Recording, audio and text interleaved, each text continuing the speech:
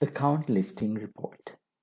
From account listing report, you can view a list of accounts.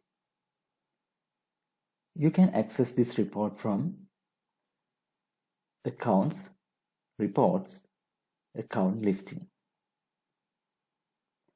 From report filters, you can select your account category. You can select active or inactive accounts. After that, you can view report.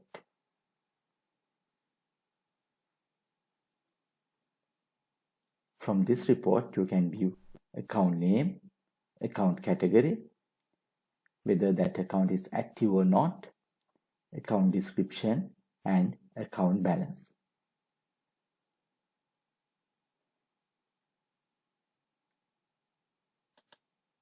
You can click this account and you can view details.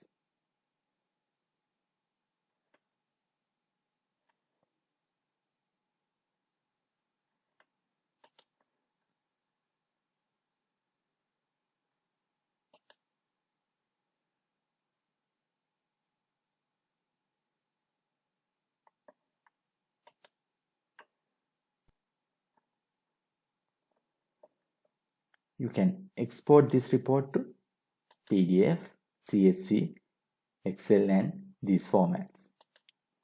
You can print or email this report.